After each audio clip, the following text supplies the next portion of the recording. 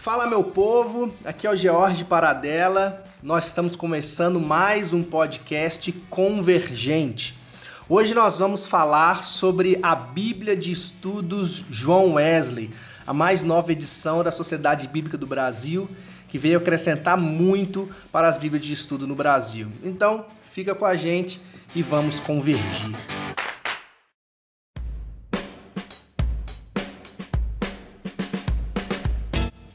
Hoje nós estamos com um convidado muito especial que foi meu professor na Faculdade de Teologia, o professor, doutor e pastor Helmut Rendes.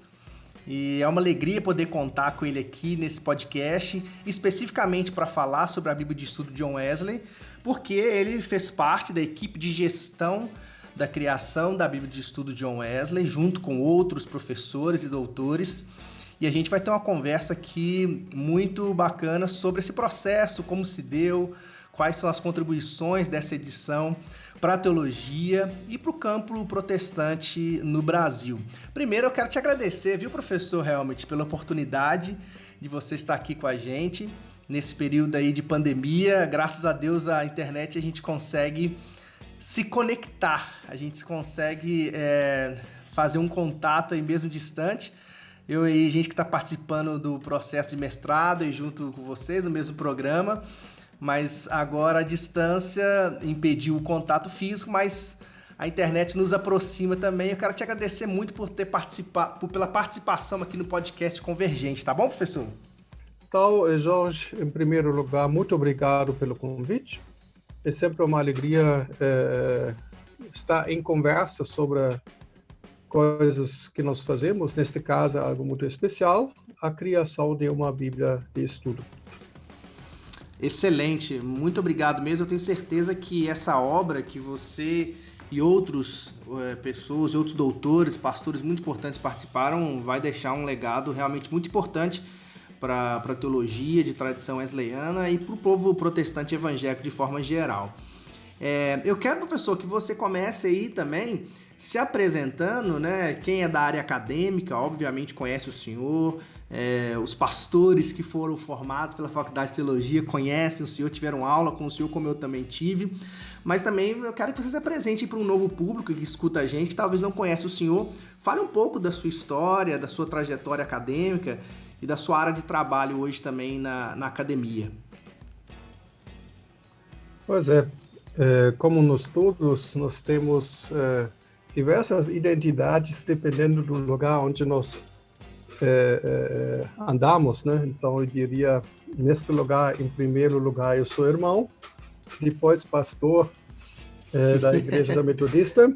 Isso. E já a minha trajetória acadêmica, eu fiz um doutorado no Brasil, antes eu fiz um Doctor of Ministry nos Estados Unidos, estudei na Alemanha, mas no fundo, sempre acho que a questão acadêmica,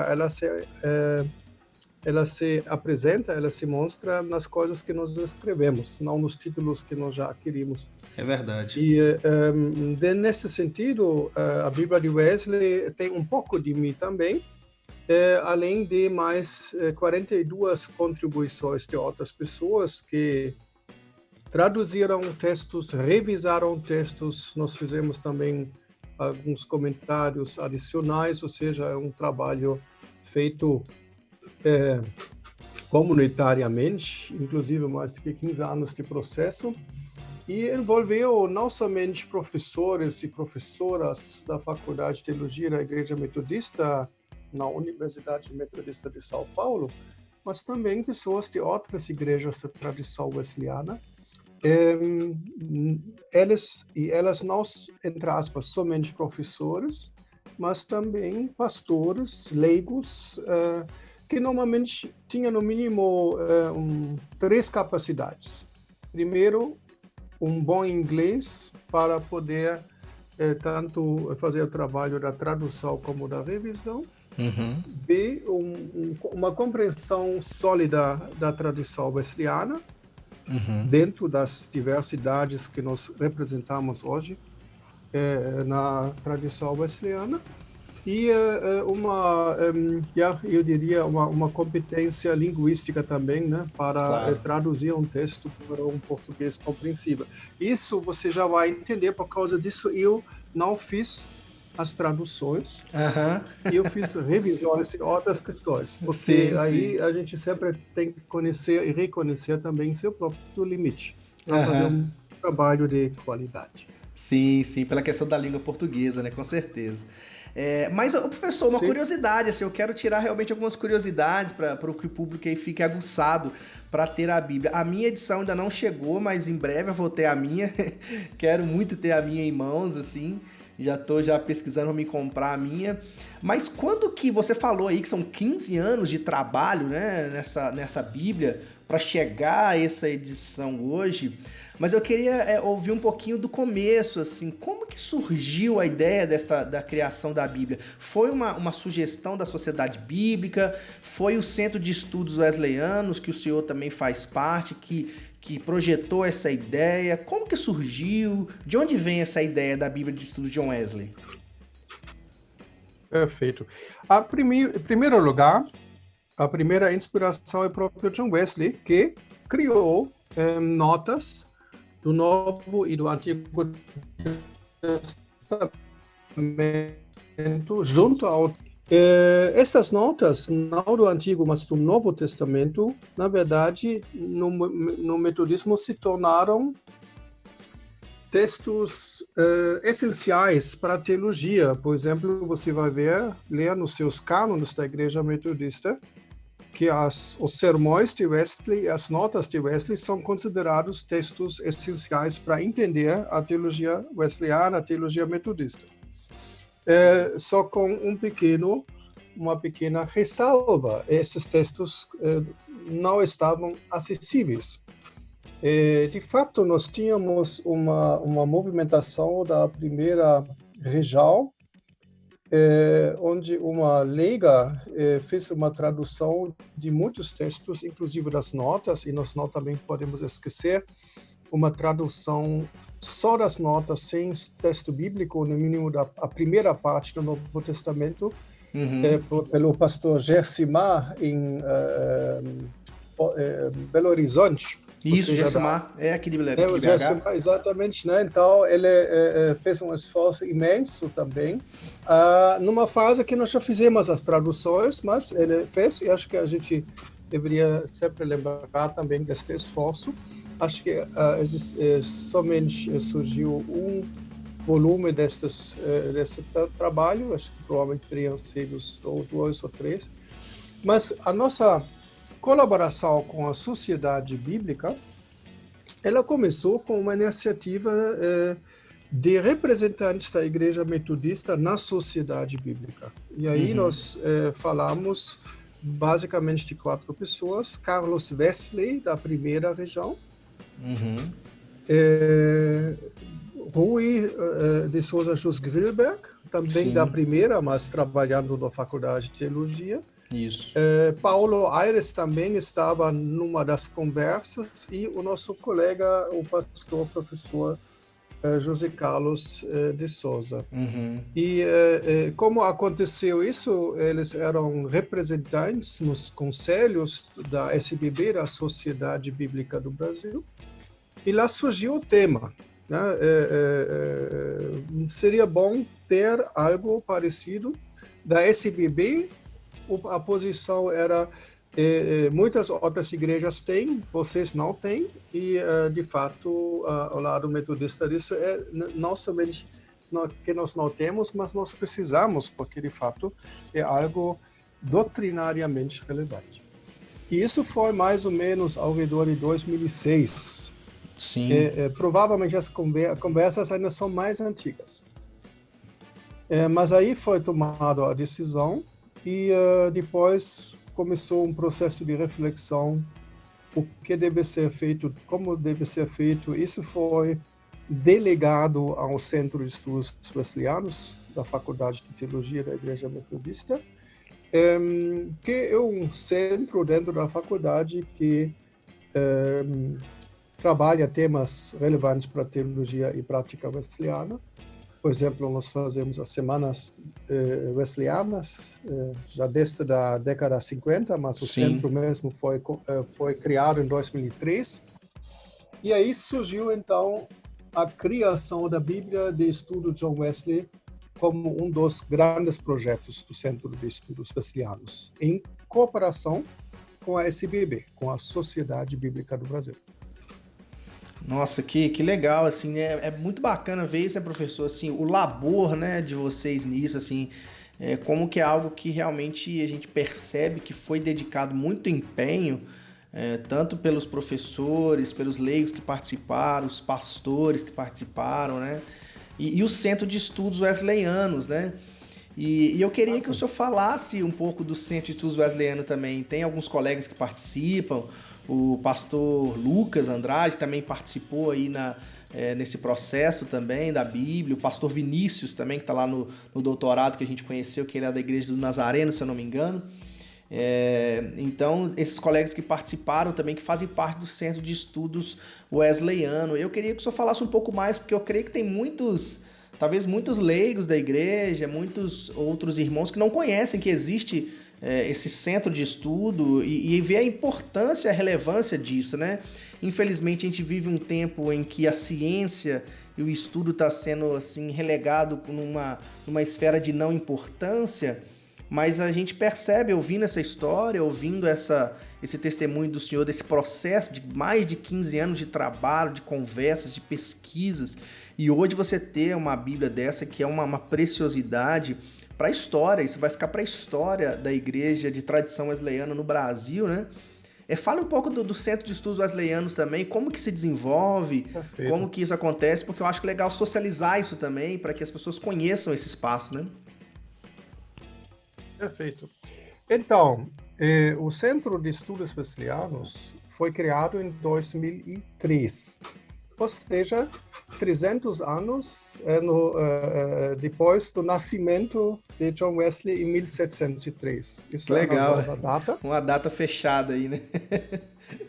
Isso, uma data fechada e no fundo, atrás da criação tem a ideia de focar um pouco mais na identidade, das práticas, identidade doutrinária, identidade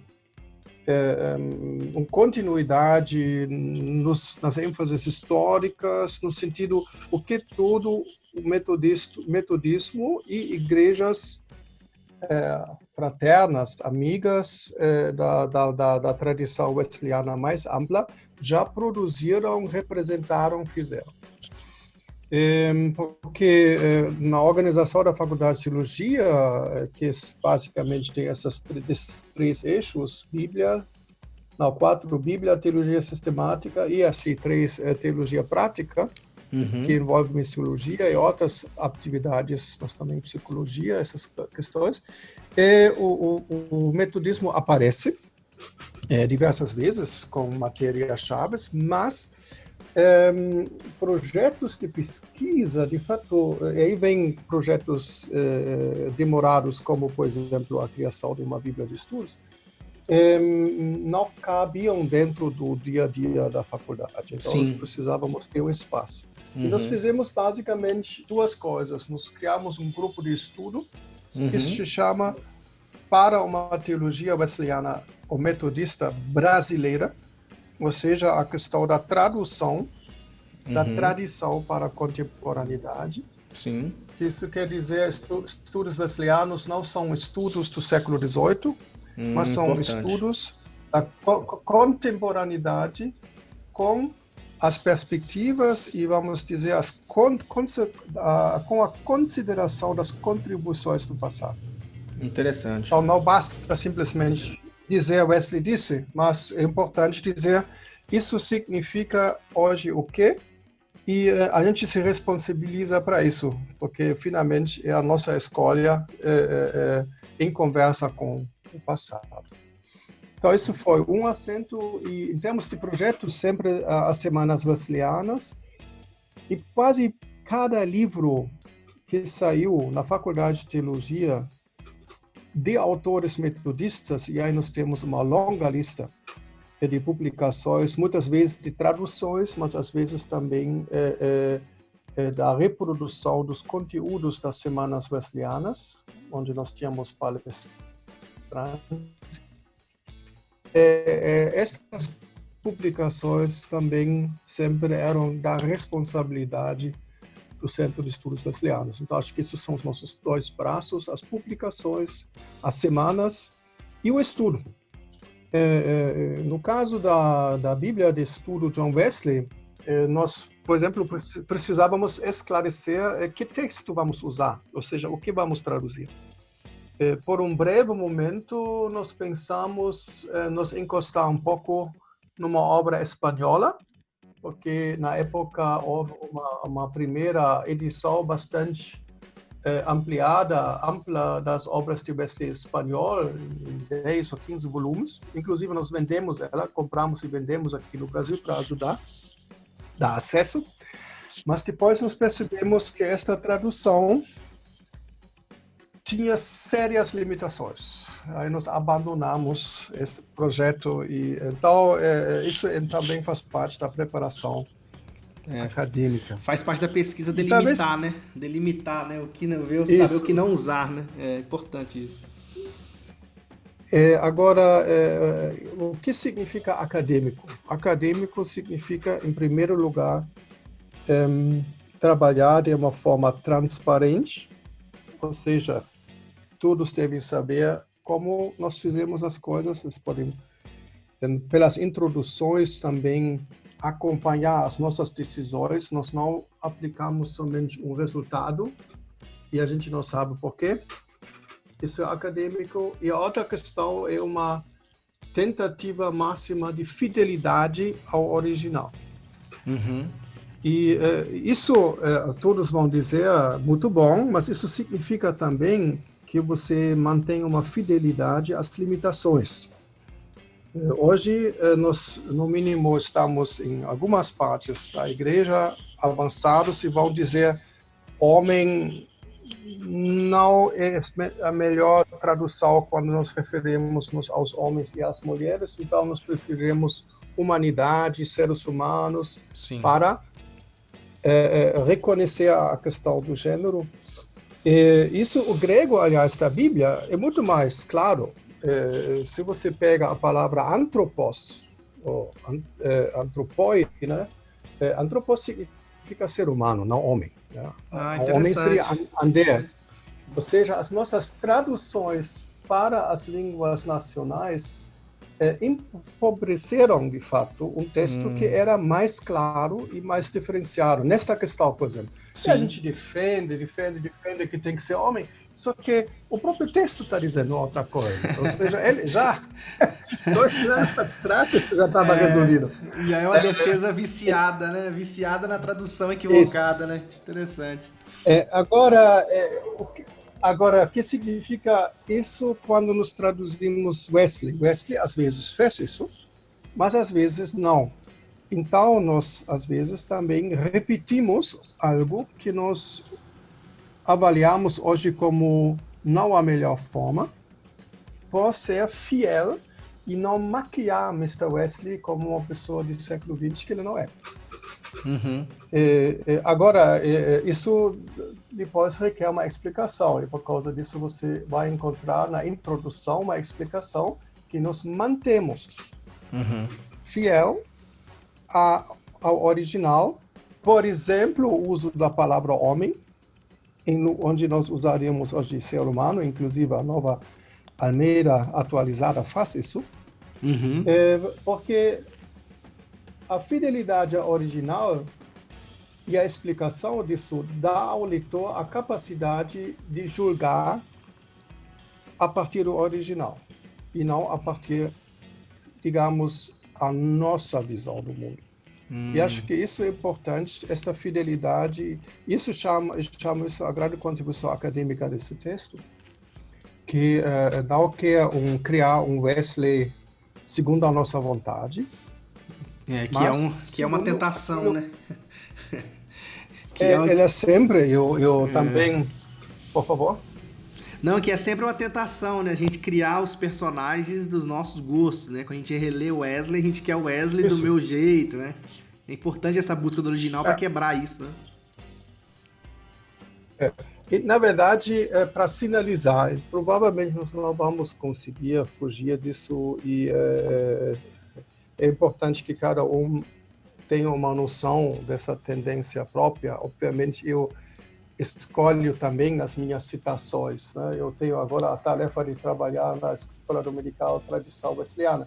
Obviamente, eu vou escolher textos que me convencem mais. Né? Então, claro. nós sempre somos filtro.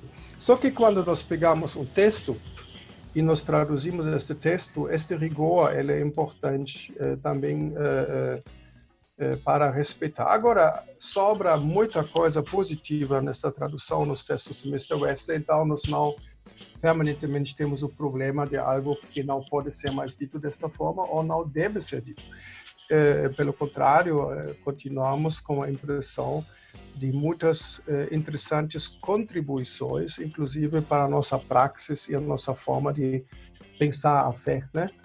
De crer. Então, o texto tem esta qualidade, mas isso não significa que ele ficou totalmente na história. Não, é um texto que ainda se comunica para nós. E aí eu queria fazer mais algumas perguntas para o professor.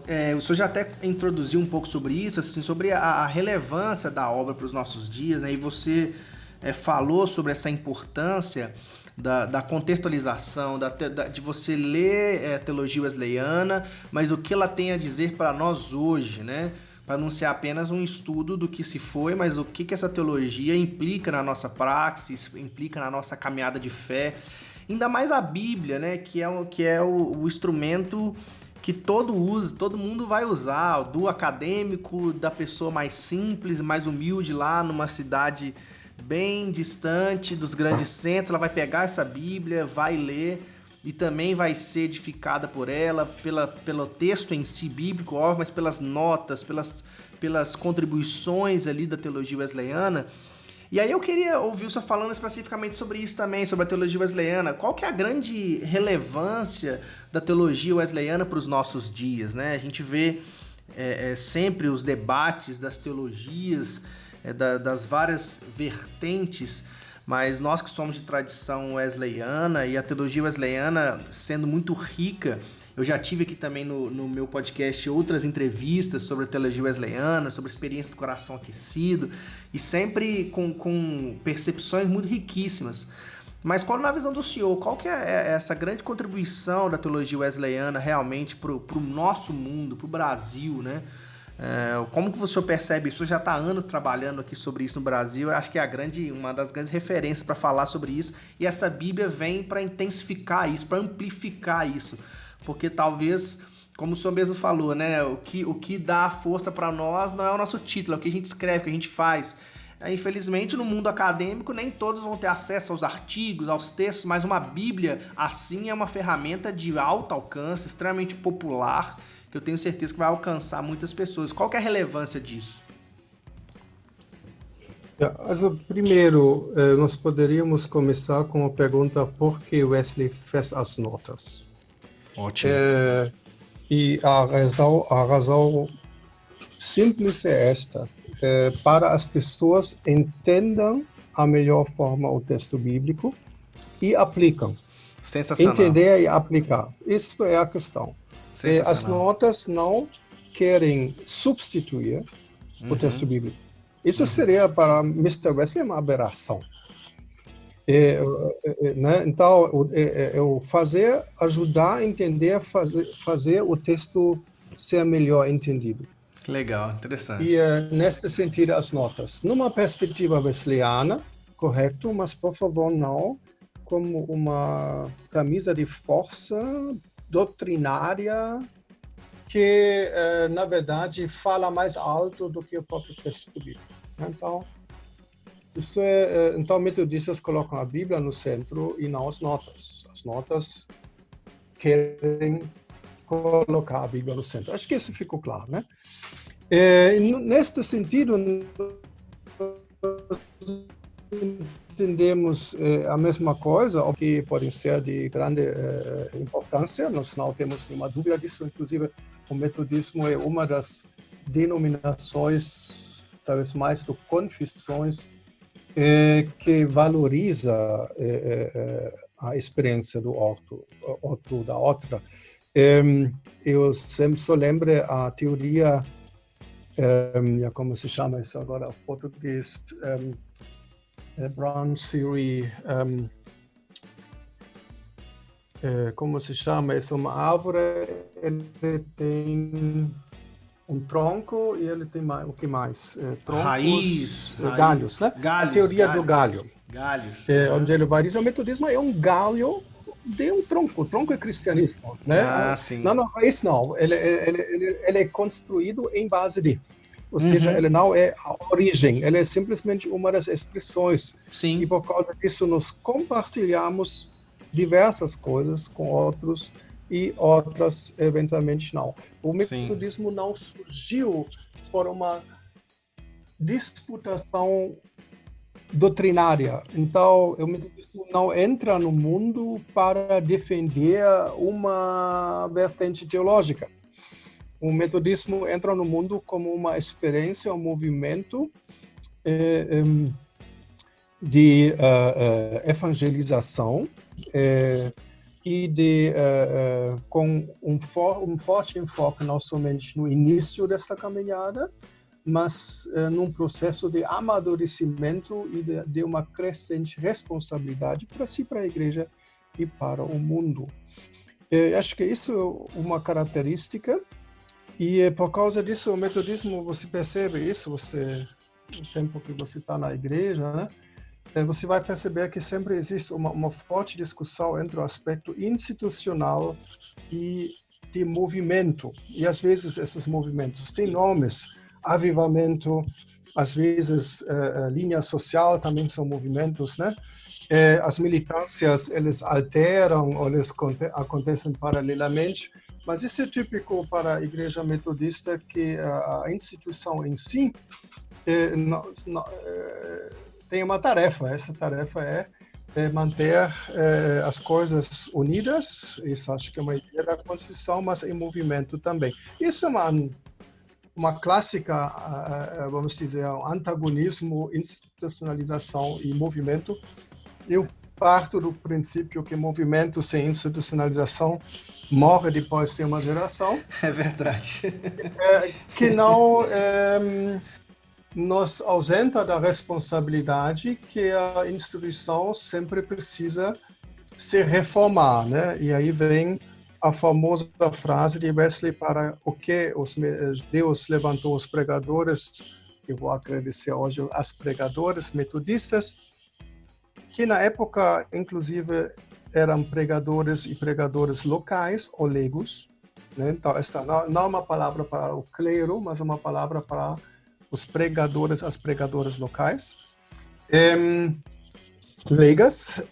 E esta palavra continua, como você sabe, reformar a nação, em especial a igreja, e espalhar a santidade sobre a terra. Então, qual é o propósito deste movimento? Fazer a diferença. E aí, num tripé, esse tripé é a relação pessoal com Deus, a relação entre irmãos e irmãs, que a gente poderia chamar comunhão cristã. John Wesley chamou isso a religião social. Religião social não é diaconia, é a relação entre, ou seja, a comunhão, a koinonia. E a santidade social, isso é a relação com o mundo, que não é igreja, fazer uma diferença também. Então, esta tripla relação pessoal com Deus, relação comunitária, eclesiástica e relação deste grupo, mas também do indivíduo de uma forma construtiva de servidade, na verdade, em busca de transformação. Pode chamar isso renovação pessoal, reforma da igreja e transformação da sociedade. E que os metodistas, com altos e baixos, tentaram manter esses três juntos, acho que é um dos grandes legados. Isso acontece em épocas diferentes, por formas diferentes. eu diria, Wesley começa com isso, e ele constrói isso, ele nos traz inclusive as palavras, social religion, social holiness, né? Que seriam duas dessas palavras. No século XIX, na verdade, século XX, os Estados Unidos vão contribuir especialmente para a questão da social religion, no sentido de, social holiness na questão do credo social, que é uma tradução do aspecto relação igreja-mundo para o século XX, inclusive muito cedo. A gente chama o século XX o século do social, e os metodistas tinham seu credo pronto em 1908, que é extremamente profético. Mas também o século XIX é o século do avivamento.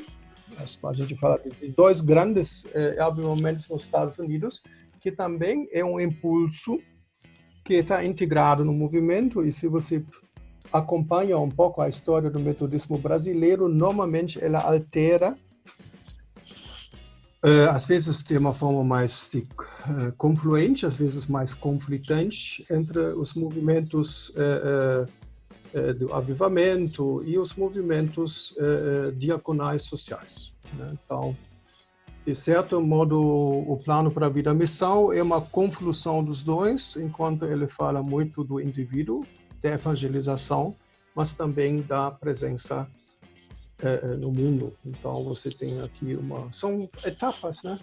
Você percebe que isso é permanentemente renegociado. E hoje estamos num momento onde nós não negociamos muito, né? Parece que é um momento de tentativa de dominar o campo, né? E que é um grande desafio, porque me parece normalmente tem muito perda, né? Quando Com certeza. alguém domina, perdemos os lados. Com certeza. Para mim, o ideal é mais integrado. Agora, isso depende muito, porque acho que é o clima, né? Inclusive, eu não tenho tanta certeza se eu sou o privilégio de um grupo. Uhum. Acho que, às vezes, talvez os conflitos são mais complexos, inclusive a sua origem, e aí eu não fiz suficiente pesquisa, mas é uma aposta minha. É uma percepção, né? Uma pergunta, na verdade, né? Provavelmente a questão tão conflitante como a igreja às vezes se apresenta vem da ditadura militar. Uhum. A ditadura militar é um momento quando a polarização e não mais a integração é a realidade. Isso é o problema. Então, me parece isso nós ainda não superamos nem na sociedade, nem na igreja. Isso, mais uma vez, uma hipótese, porque não fiz a pesquisa. Agora, voltando para a sua pergunta central, o que seria a contribuição? Me parece a tentativa de manter as coisas juntos nesse sentido. Integradas, né? Com certeza. Acho que isso, de fato, outros, todos tentam. Eu diria, existem outras igrejas que, de fato, também fazem esforços neste sentido, mas no século XX, provavelmente, uma das igrejas que merece ser consideradas mais consistentes nisso aí foi a Igreja Metodista do Brasil. Legal. Se compara isso com outra. Sim, sim. Eu acho que é um legado sensacional. E até na capa da Bíblia tem aquele brasão, né? Creia, ame e obedeça. É esse tripé que você estava falando aí, né? Resumindo daquele brasão, é isso mesmo? Eu acredito que não, apesar que são 3. Na verdade, isso ele tem outras, vamos dizer, bases que são interessantes também. Você poderia aqui, por exemplo, pensar, você tem na Bíblia fé, amor e esperança, né? Isso. Fé é crer. Eles brincaram com isso então, né? Isso me parece uma das possíveis referências. Existe uma palavra muito parecida no comentário também de Isaías. Agora é interessante a palavra obedeça. Isso. Porque obedeça em vez de espere, demonstra uma ideia de ação. Sim. A gente poderia transformar isso num discurso muito autoritário, né? Me não obedeça, pensa, né? obedece. Não, mas não é a questão. Uhum. Quem ama não pode ser cego na sua obediência, né? Exatamente. Pelo contrário, eu diria aqui fica evidente a ideia muito pé no chão do metodismo: crer, amar e fazer. Exatamente, realizar, agir, né? Agir, exatamente. Agir, né? Responder, né? Então, é uma resposta, né? Obediência é uma resposta, né? Com certeza, obediência é responder alguma coisa. Então, acho que nesse sentido tínhamos uma discussão muito interessante, porque no inglês você tem believe, love, obey. No inglês você pode então traduzir isso como imperativo, ok, como nós fizemos, mas você também pode traduzir como verbo. Believe pode ser crer, amar, obedecer, mas isso não teria aquele apelo que nós entendemos esta palavra tem. Entendi. Agora é interessante como o inglês tem mais possibilidades, porque de certo modo a forma inglesa ela abraça tanto o indicativo como o imperativo. Mas nós optamos para o imperativo porque nós entendemos, aí bem coisa de metodista, acho que também, que o texto bíblico ele tem um apelo para nós, né? Ele se coloca em nosso caminho, às vezes ao nosso lado, às vezes nosso fundamento, mas certamente coloca-se também em nossa frente. E aí vem esta questão do apelo, né? Creia, ame e obedeça. Obedeça. Né? Acho que este ame também segura obedecer de uma forma certa. Com certeza. Nossa, professor, sensacional, assim, eu achei muito legal a nossa conversa. Eu acho que o que a gente falou aqui, eu tenho certeza que vai ecoar bastante, vai instigar as pessoas aí que já conhecem a Bíblia, mas ainda não tiveram, a comprá-la. A minha em breve vai chegar, já quero ter em mãos, já a minha em breve eu quero tê-la, para que eu possa realmente receber de toda essa influência positiva, que eu acho que a teologia de tradição wesleyana tem muito a contribuir ainda mais, né? Realmente para esse processo de integração, né? Para que a gente não viva esse período de polarização teológica, ideológica, mas que a gente realmente viva esse tempo de integração. Eu acho que a teologia wesleyana tem essa possibilidade, e eu acho que esse é um legado importante, como o senhor disse, e eu amo muito a teologia de tradição wesleyana, e eu acredito mesmo que essa obra vai ser um marco, assim, é daquelas obras que a gente vai falar por anos e anos sobre ela, que ela vai realmente deixar uma marca enorme. E é uma alegria poder te conhecer, poder ter sido seu aluno, né? E ter a alegria de saber que o senhor participou disso. E outros colegas também, e outros professores que eu admiro muito. Eu quero te agradecer mais uma vez pelo seu tempo, sua dedicação de estar aqui com a gente no podcast. Nosso podcast, até o nome do podcast já traz essa ideia também, convergente, né? Que é a ideia de convergir. Então, eu acho que realmente essa é a proposta. Eu acho que a Bíblia também, de John Wesley, também tem essa ideia de convergir, né? Então, eu te agradeço muito. Deus abençoe muito você. Deus abençoe muito sua família. Deus abençoe aí também o trabalho no Centro de Estudos Wesleyanos, também na pós-graduação e na Faculdade de Teologia. Tá bom, professor? Muito obrigado. Talvez para finalizar também da minha parte, colaborar para a elaboração de uma Bíblia de estudo é certamente uma das grandes realizações que a gente pode ter, né?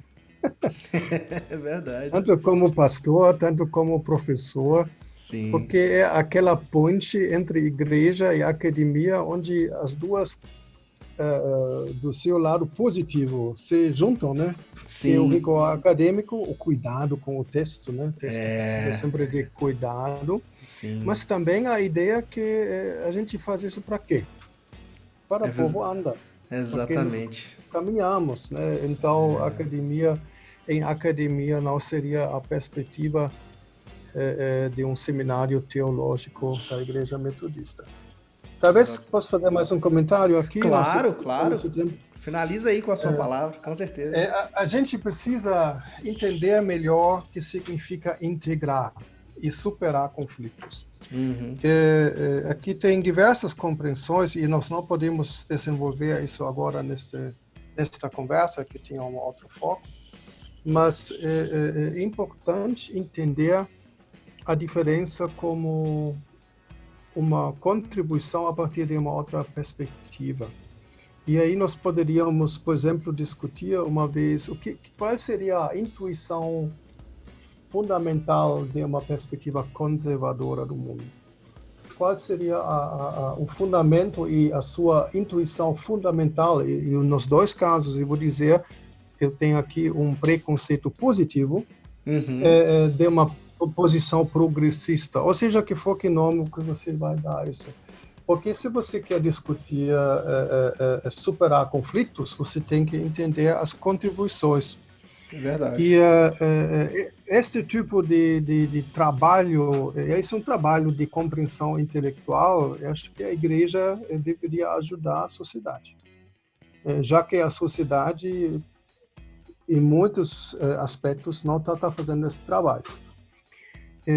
Existem outros também, não só a igreja que está fazendo isso, mas acho que isso é uma conversa muito importante e urgente hoje em dia entre nós. Então, agradeço pelo seu tempo, pelo seu interesse e espero, em primeiro lugar, que a leitura do texto bíblico transforma pessoas, situações, instituições e também até a nossa sociedade. Muito obrigado.